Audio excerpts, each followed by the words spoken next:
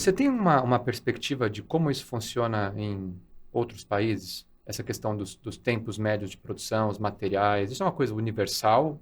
Ou um tipo de engenharia que o brasileiro gosta? Isso você tem algo? Olha só, o tempo de produção está muito ligado ao tempo que você industrializa a obra antes de começar no canteiro, Ok. ok?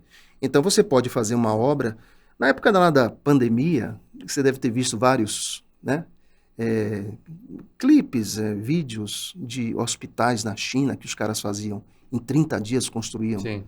grandes estruturas, etc, etc. Então, quanto mais você industrializa, mais rápido você é na construção, ok? Então, inclusive, existe uma conta que você pode industrializar mais e fazer a obra por menos tempo. Porque quanto menos tempo você tem para fazer a obra, mais barata ela fica. Porque há um custo indireto fixo, que é o salário do engenheiro, o aluguel do carro, a luz, a água, o telefone, etc., que quanto mais tempo você leva no canteiro, mais você paga. Ok. Então você pode fazer uma conta de industrializar mais, diminuir o prazo de obra, pagar um pouco mais na industrialização, para no final das contas sair ali no 0 a 0, tá certo? Então, no estrangeiro, nos grandes centros, essa conta existe. Por exemplo, os prédios nos Estados Unidos, você já deve ter visto, tem muita coisa de prédio de estrutura metálica, Uhum. que são prédios pré-fabricados e eles são montados no local.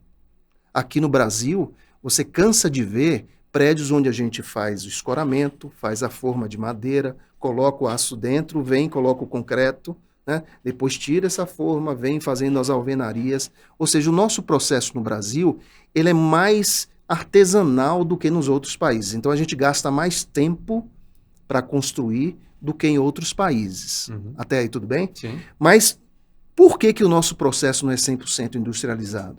Há um problema nisso tudo de tributos.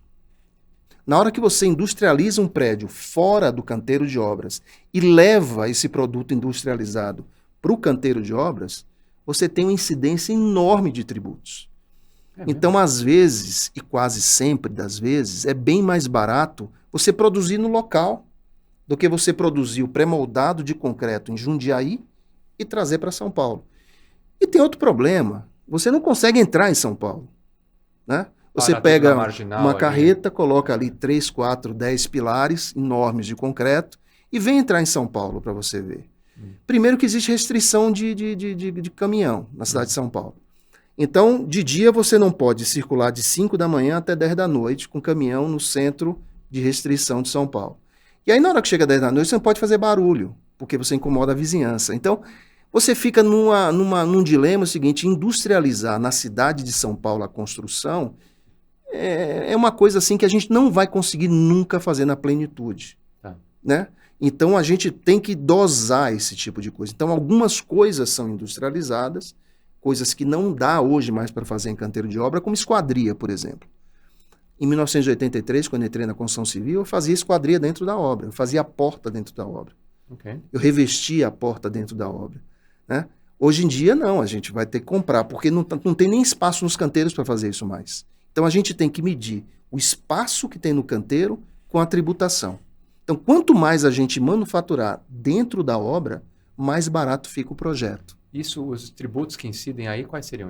Olha, você ICMS? tem ICMS, você tem IPI, por exemplo. IPI é Imposto de Produto Industrializado. Se você Certo. traz uma estrutura metálica de lá para cá, Você é. paga IPI. E se você montar na obra, você não tem esse imposto, Entendi. né?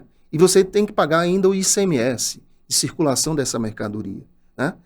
E tem que pagar o ISS daquele serviço que você fez, imprimiu naquele empreendimento para poder pagar esse produto pré-manufaturado. Então, a única coisa que a gente tem ali mais ou menos equilibrada é o ISS. Os dois outros impostos a gente consegue Tá. livrar um pouquinho disso aí, né? Eu fiquei curioso para saber, comparando industrializar, fazer na obra ou trazer de fora. Isso tem alguma relação com a vida útil do empreendimento? Olha, Ou não? tem sim. Os produtos, quando são pré-fabricados, eles são mais bem feitos. É diferente de você fazer um pilar de concreto, uma central de concreto, que você tem um sistema de cura, que é o tratamento com umedecimento, as formas, a precisão. Você consegue ter uma precisão muito maior na fábrica do que fazendo no canteiro de obras. Então, quando você mexe com a precisão, você mexe com a qualidade do produto. Então, a tendência é que os produtos industrializados, eles sejam mais precisos, eles tenham uma qualidade maior. Né? Mas hoje o que a gente faz na obra, a gente consegue manter um bom padrão de qualidade. Formas, concretos, alvenarias, ao invés de painéis pré-fabricados para fazer os fechamentos, né? Isso aqui que você está vendo aqui. Isso pode vir pronto do Rio Grande do Sul. Ou eu posso fazer na obra. Eu consigo na obra fazer com uma certa qualidade, tá certo? E que não prejudique o produto. Ou seja, o custo-benefício de fazer em obra aqui no Brasil é maior. Tá. E eu fiquei curioso para saber, tá, beleza, então o imposto é maior se trouxer de fora. Mas supondo, por exemplo, que eu tenho um ganho de barganha ao comprar em grande escala. Eu consigo pagar menos unitariamente, pago mais imposto. Será que essa conta não fecha? Será que continua valendo mais a pena fazer aqui? Claro, isso sem levar em consideração o exemplo que você trouxe do caminhão não conseguir atravessar a cidade e tal. Mas pensando nessa dinâmica, economia de preço, por eu comprar da fábrica em escala, então economia de preço e aumento de imposto, como é que será que isso aqui se equaciona? Se é que se equaciona? Renato, o Brasil hoje, nós temos um problema muito sério, porque alguns produtos da construção civil estão concentrados em poucas empresas que vendem esse produto para a gente. Né? Vamos falar, por exemplo, do aço longo, que é feito concreto armado. Você tem basicamente duas empresas que produzem aço no Brasil. Duas empresas excelentes. Né? Mas como é que você consegue barganha de preço num caso desse? Não, você tem razão. Você tem um país que demanda o tempo inteiro. Eu estive olhando ontem, o gráfico de produção de cimento no Brasil só faz aumentar. Nós temos 6 meses que a produção, a venda de cimento no Brasil é crescente. E o preço do cimento não consegue baixar. Não baixa. Ele aumenta. Nós recebemos ontem uma carta, né, de um dos fabricantes de cimento, que são poucos, dizendo que vai ter um aumento de 10% no cimento, de um mês para o outro.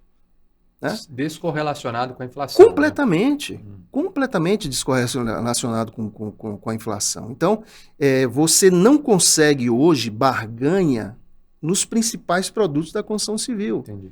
Que são regulados pelo mercado externo. Né? Hoje, o mercado externo do aço, você tem lá um preço internacional. Hoje, as cimenteiras, elas querem chegar a $100 a tonelada do cimento. Né? Então, elas estão buscando isso, ou seja, igualar o preço do mundo ao preço do Brasil, hoje que a gente está pagando cerca de $70 a tonelada do aço. Né? Então, é uma coisa que você não consegue barganhar muito. Né? Agora, quanto mais oferta você tem, aí você ganha um poder de barganha grande. Por exemplo, em cerâmicos, materiais cerâmicos. Você tem diversos bons fornecedores no Brasil. Você consegue fazer pacotes atraentes? Sim, consegue. Esse é o nosso principal expertise da Calas. Hoje a Calas tem um time de suprimentos dedicado a fazer grandes fechamentos de pacote, né, que a gente tem tido resultados muito bons. Mas o nosso resultado bom não é no sentido de ter economia, diminuir preço, não. É de manter aquilo que nós orçamos no passado. Que, como você disse bem no comecinho, o nosso ciclo da construção é um ciclo longo. A gente, na hora de comprar um terreno, a gente estabelece o valor do empreendimento. Tá certo? Sim. 1 ano depois, a gente aprova esse empreendimento da prefeitura. Mas o preço já está fixado aqui. Aprovou esse empreendimento da prefeitura, 4, 5 meses a gente lança o empreendimento. Depois de lançado o empreendimento, a gente vai começar a obra 6, 8 meses depois. Nós já temos 2 anos aqui nessa brincadeira. O preço já está fixado aqui, escrito na pedra. Porque foi o preço que eu prometi para a empresa que ia custar a obra, né? De que empresa você está falando? Da Calas. Da própria Calas. Da própria Calas, né? Eu construo para a própria Calas, né? Tá. Então, quando chega no começo da obra, eu faço a obra em 25 meses, 24 meses. Ok? Então, nós estamos falando aí de um período de 4 anos, basicamente na mesma linha de preço. E por que leva tanto tempo da incorporação até o registro na prefeitura esse ano? Olha, porque o nosso país, você aprovar um projeto hoje na prefeitura não é matéria fácil. Se bem que a prefeitura de São Paulo é uma das mais rápidas do Brasil. mas leva muito tempo.